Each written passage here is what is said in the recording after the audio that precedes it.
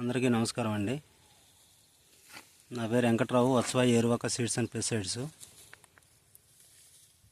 ముందుగా మనం ఎన్టీఆర్ జిల్లా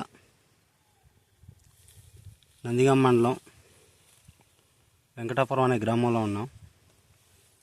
ఇక్కడ విజన్ సీడ్స్ వారిది క్రాంతి అనే విత్తనం వేయటం జరిగింది. ఈ వెరైటీ ఎలా ఉంది ఏంది ఒకసారి ఫార్మర్ మాటల్లో కనుక్కుందాం.